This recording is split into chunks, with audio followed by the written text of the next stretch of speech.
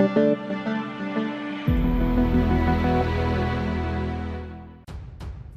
to hard reset Vivo X90S? Step 1. Firstly, use the power key to switch off the Vivo X90S. Step 2. Secondly, hold down at the same time the power and the volume up buttons. Step 3. The fast boot mode should be on the screen. Here use the volume up to pick an option and the power key to confirm.